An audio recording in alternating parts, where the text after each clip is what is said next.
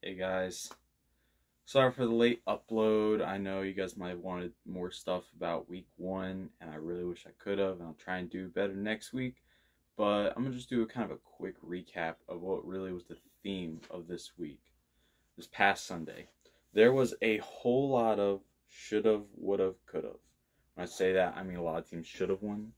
A lot of teams would have won if not for a few dumb decisions, and a lot of teams could have won regardless of the dumb decisions. So let's talk about it. Alright. Well, there was a lot of games at 1 o'clock that were really interesting. Good games. The Lions battled back from being down. I thought that was very surprising and also kind of encouraging for Lions fans. You know, the offense played decent down the stretch. I think this game kind of showed, though, that if you're relying on Jared Goff this season, it's not going to be good. DeAndre Swift looks like a star. If DJ Chark can hold on to the ball, I think he's a valuable receiver for them. And Amon-Ra St. Brown, even though the Eagles probably put a lot of attention on him, he still got his share. So very encouraging for their offense. Offensive line played well.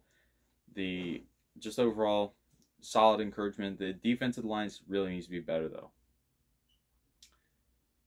The Jags at Commanders. This is a game where the Jags should have won by double digits. Also, the Commanders should have won by double digits. It can be either way. There were so many plays made by both teams. There was plays made by the Jags that should have won, but then there was dumb plays made by the Jags where the Commanders should have won. In the end, Carson Wentz made 2 big-time throws to put his team ahead and win the game. In this game, you know, Trevor Lawrence missed the easy throws. Got to make them. No excuses. You got to make those throws. Travis Etienne dropped a touchdown. Got to make that catch. No excuses.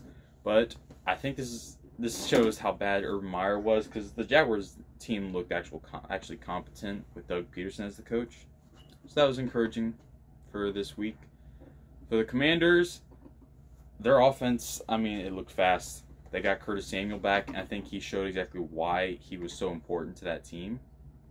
So having Curtis Samuel back, having Logan Thomas back, he's not 100% back, I don't think. He's still struggling a little bit. So having them back, and as well as Jahan Dotson killed it. So that's, I mean, I wasn't that high on him at the beginning, but he had a good first game. Terry McLaurin, I think, is overrated. I think he kind of showed this in this. I don't think he had a touchdown, but that was because like the coverage was so bad on that, and I don't think he's really a difference maker in my opinion, but I mean, he made a play. Other games, Saints and Falcons. Falcons should have won this. Should have won it. They dropped the ball. I was really impressed by the offense, actually, how they moved the ball with the Falcons, especially against the Saints defense that's supposed to be top-notch. So, just Marcus Mariota actually worked pretty well with this offense. Arthur Smith, who has familiarity with Marcus Mariota, did pretty well. But they just fumbled. They get a big play, 20, 30 yards, and then they fumble. They could have put the game away several times, and they did. And the Saints, I think this shows how much of a struggle it's going to be with Jameis Winston. I mean, even on plays where it wasn't a good pass to Michael Thomas, he had one dime to Michael Thomas. Oh my gosh, it was like the last drive. Amazing throw.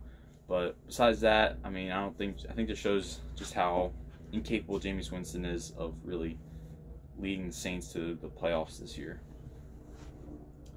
What else happened this week? The Panthers and Browns. Panthers could have won. Not really a should have won. Could have won. And they didn't. They let them drive down the field. There's that thing going on about the spike. Was it legal? Was it not? Doesn't matter. He made the kick. It's a tough kick. He made it. Panthers lost. If they had gotten their offense going in the first half, maybe they wouldn't have, but they were just so bad in the first half. Baker was not very good until like the last few drives. So, yeah, I think he'll get better as the games go forward. Other games that happened of note, Patriots and Dolphins. Dolphins did well, but there were some misplays by Tua. And even Sean Payton said he expects to see Teddy Bridgewater at some point playing in Miami. And that doesn't...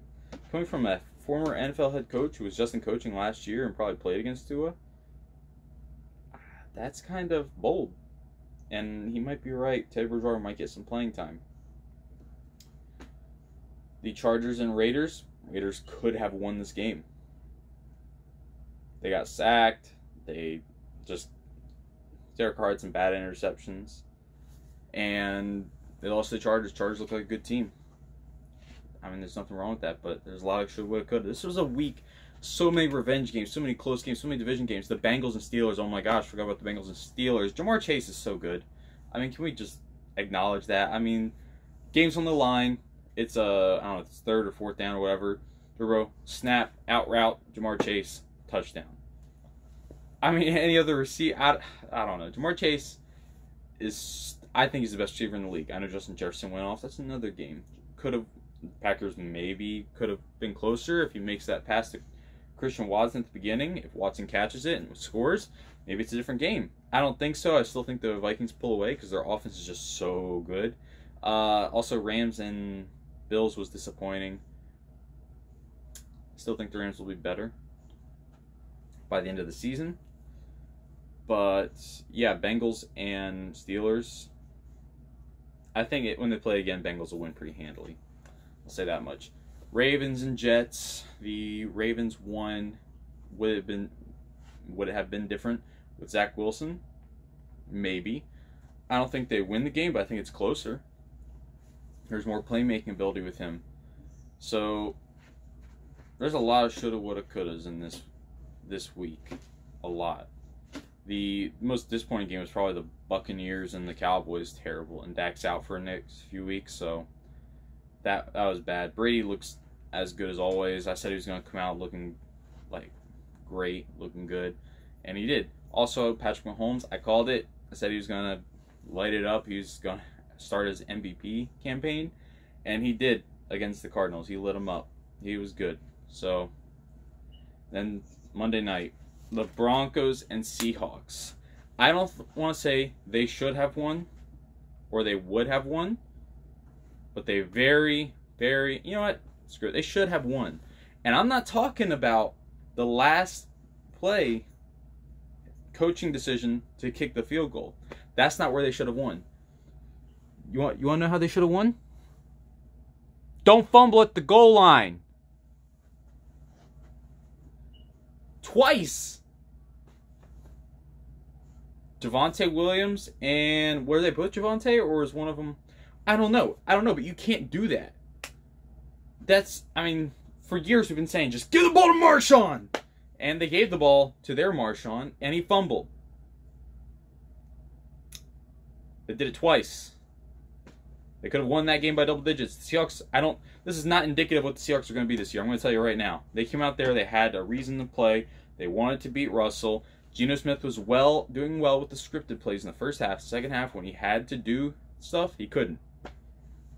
He was so pedestrian in the second half.